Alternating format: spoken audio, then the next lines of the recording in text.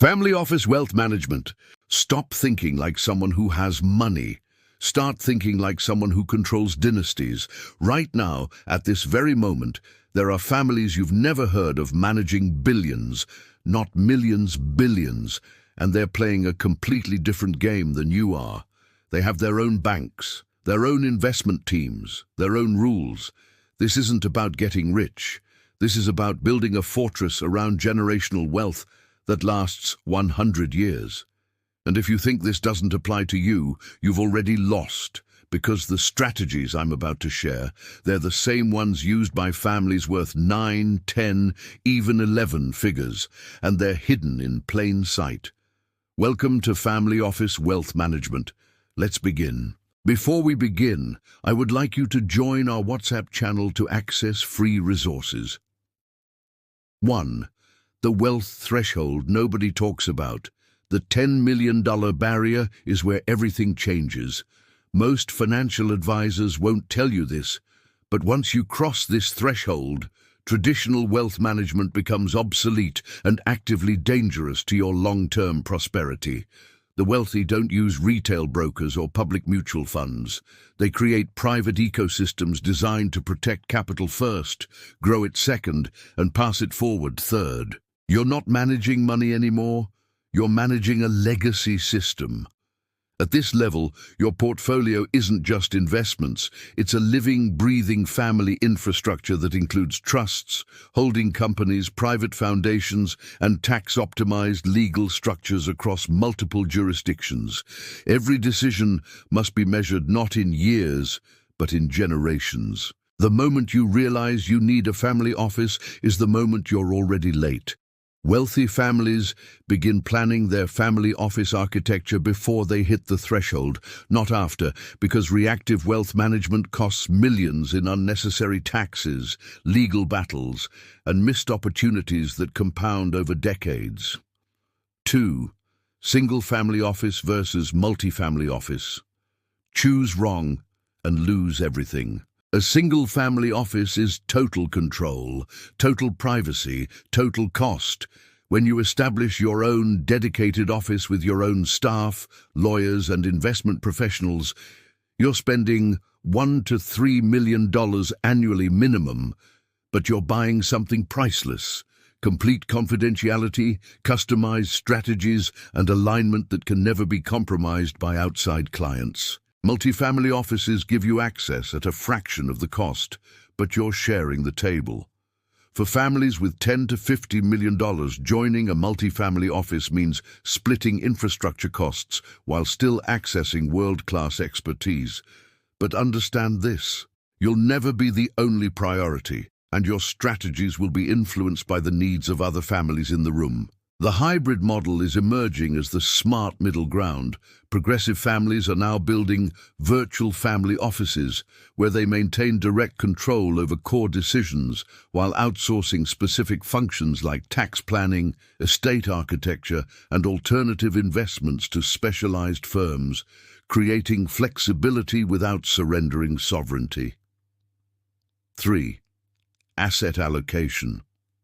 Like the ultra-wealthy, forget everything you've been taught. The 60-40 portfolio is for people who hope to stay wealthy, not people who plan to. Family offices operate on entirely different allocation models. 30 to 40% in private equity and venture capital, 20 to 30% in real estate and hard assets, 15 to 25% in hedge funds and alternative strategies, and only 15 to 30% in public equities, because they understand that true wealth is built in private markets where information asymmetry still exists. Liquidity is intentionally sacrificed for alpha and tax efficiency. Unlike retail investors who panic when they can't access cash immediately, family offices lock up capital for 7 to 10-year periods in private deals that deliver 15 to 25% IRR, with tax-deferred or tax-free structures, understanding that patience is the ultimate competitive advantage in wealth building. Diversification doesn't mean owning 50 stocks. It means owning 5 asset classes across 10 geographies. Real diversification means spreading risk across uncorrelated strategies, operating businesses, farmland in South America, litigation finance funds, life settlements, royalty streams, and direct lending platforms that have zero correlation to the S&P 500's daily tantrums.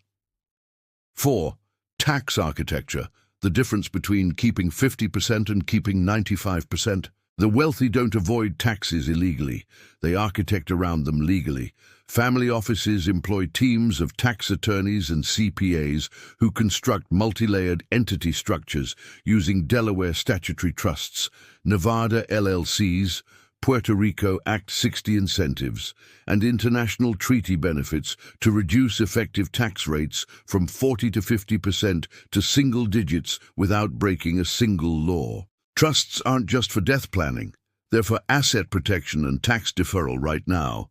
Grantor retained annuity trusts, GRATs, intentionally defective grantor trusts, IDGTs, and dynasty trusts aren't complicated. They're strategic tools that remove appreciating assets from your taxable estate while you still control them, saving tens of millions in estate taxes over time. Income shifting to next generations isn't optional. It's mandatory for legacy preservation. By employing family members in family businesses, establishing family partnerships that distribute K1 income to lower bracket relatives, and using Roth conversions during strategic low-income years, family offices systematically reduce overall family tax burden by millions annually. 5. Estate planning is warfare. Prepare or lose half. Without proper planning, 40 to 60% of your wealth vanishes the moment you die. Estate taxes, probate costs, legal disputes, creditor claims, and forced liquidations at terrible prices combine to destroy more family wealth than any market crash in history. And yet most high-net-worth individuals delay this planning until it's catastrophically too late. Dynasty trusts allow your wealth to compound tax-free for 1,000 years in some states by establishing irrevocable trusts in jurisdictions like South Dakota, Nevada, or Alaska with no rule against perpetuities. You can create a wealth vehicle that benefits your children, grandchildren, great-grandchildren, and beyond, all while avoiding estate taxes at every generation. The family constitution is more important than the trust document. The ultra-wealthy don't just write legal papers. They create governance frameworks that define family values, establish decision-making protocols, set expectations for wealth education, and outline consequences for destructive behavior, ensuring wealth doesn't destroy character across generations. 6. Private equity and direct deals, where real wealth multiplies. Public markets are where wealth is stored. Private markets are where wealth is made. Family offices allocate aggressively to private equity because buying entire companies, restructuring them and selling them 5 to 7 years later consistently generates returns that public equities simply cannot match. 20–30% IRR versus 8–10% from index funds. Co-investment and direct deals eliminate the 2 and 20 fee drag. Instead of paying general partners 2% management fees and 20% carried interest, sophisticated family offices negotiate co-investment rights where they invest directly alongside PE funds at cost, or they source their own deals through proprietary networks, keeping 100% of the upside. Due diligence in private deals is 100 times more intensive than buying a stock. When you're writing a $5 million check into a private company, you're not reading analyst reports. You're conducting months of operational analysis, management background checks, customer concentration studies, and legal structure reviews, because there's no liquidity and no exit if you're wrong. 7. Real estate as a dynasty asset. Cash flow plus, appreciation plus tax benefits. The ultra-wealthy view real estate as a triple return asset class. They're not speculating on price appreciation alone. They're collecting 5 to 8% cash-on-cash returns from rents, capturing 3 to 5% annual appreciation in A-grade properties, and harvesting massive depreciation deductions that shield other income from taxes, creating a compounding return profile stocks can't touch. 1031 exchanges allow infinite tax deferral. Use them or lose millions by continuously exchanging appreciated investment properties into larger properties without triggering capital gains taxes. Family offices compound wealth at pre-tax rates for decades. And when the patriarch dies, heirs receive a stepped-up basis that erases all accumulated gains forever. Owning the asset class that houses your operating business creates vertical integration. Family offices often own the office building, warehouse, or retail space where their operating companies conduct business, allowing them to pay rent to themselves, extract cash flow tax efficiently, and build equity in real estate while building equity in the business simultaneously. 8. Philanthropic strategy, tax deductions and legacy. Combined, donor-advised funds provide immediate tax deductions with long-term giving flexibility. By contributing appreciated securities to a DAF, you receive a full fair market value deduction today while eliminating capital gains taxes, and you maintain advisory control over where the money is ultimately distributed over time, creating maximum tax efficiency. Private foundations offer control and family employment, but come with strict regulations. Starting a 501c3 foundation allows your family to control charitable dollars, employ family members as trustees or officers with reasonable compensation, and create a visible philanthropic legacy, but you must distribute 5% annually and comply with complex IRS rules. Charitable remainder trusts turn appreciated assets into lifetime income streams. By placing low-basis stock or real estate into a CRT, you avoid capital gains, receive an immediate partial tax deduction, generate annuity income for 20 years or life, and designate the remainder to charity, all while effectively selling the asset without triggering taxes. 9. Family governance. Money destroys families that don't have rules. Without structure, wealth creates entitlement, conflict, and destruction in 2 generations. Study after study confirms shirt sleeves to shirt sleeves in 3 generations is real because families fail to establish clear expectations, transparent communication, and accountability systems before distributing wealth to unprepared heirs. Family councils and advisory boards professionalize family decision-making. By establishing formal governance bodies that meet quarterly, review investments, discuss family values, and vote on major decisions, family offices prevent emotional chaos and ensure continuity even when founders pass away or disagreements emerge. Wealth education for next gen isn't optional, it's existential.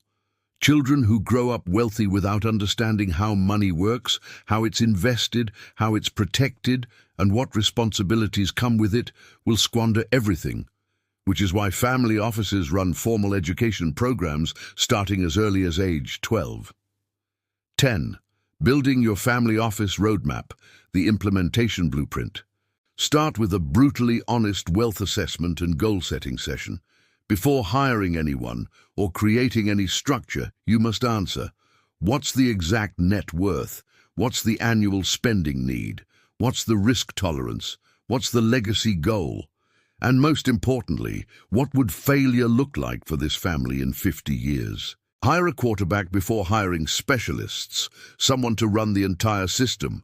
Your first hire should be a family office CEO or wealth advisor who understands the full ecosystem and can coordinate your attorney, CPA, investment advisor, insurance planner, and philanthropic advisor into a unified strategy, rather than 5 people pulling in different directions. Build incrementally and audit annually. Family offices evolve, they're never finished. Don't try to implement everything at once. Start with asset protection and tax optimization, then layer in estate planning, then sophisticated investments, then governance, and every 12 months conduct a comprehensive review to adapt to new laws, family changes, and market conditions. Summary. Here's what you need to understand. Wealth management for the ultra-high net worth isn't about finding the next hot stock or timing the market. It's about building a fortress, a system, a legacy machine that operates independent of your emotions, your lifespan, and the chaos of public markets. You architect around taxes. You deploy capital into private deals that the public will never see. You protect assets with trusts and entities that make you judgment-proof. You employ your family in real businesses that teach them how wealth actually works. You establish governance so money doesn't corrupt the next generation. And you do all of this with a team of specialists who wake up every day focused on your family's success, not managing 500 other clients. This is family office wealth management. This is how generational wealth is built and protected. And if you have, or you're building wealth in the 7, 8, or 9-figure range, you have a decision to make right now. Are you going to keep playing the retail investor game and hope for the best? Or are you going to start thinking like a dynasty? The choice is yours, but the clock is ticking. Start building your family office today. Subscribe and hit the bell notification for daily tips on wealth management, finance, and budgeting from an expert.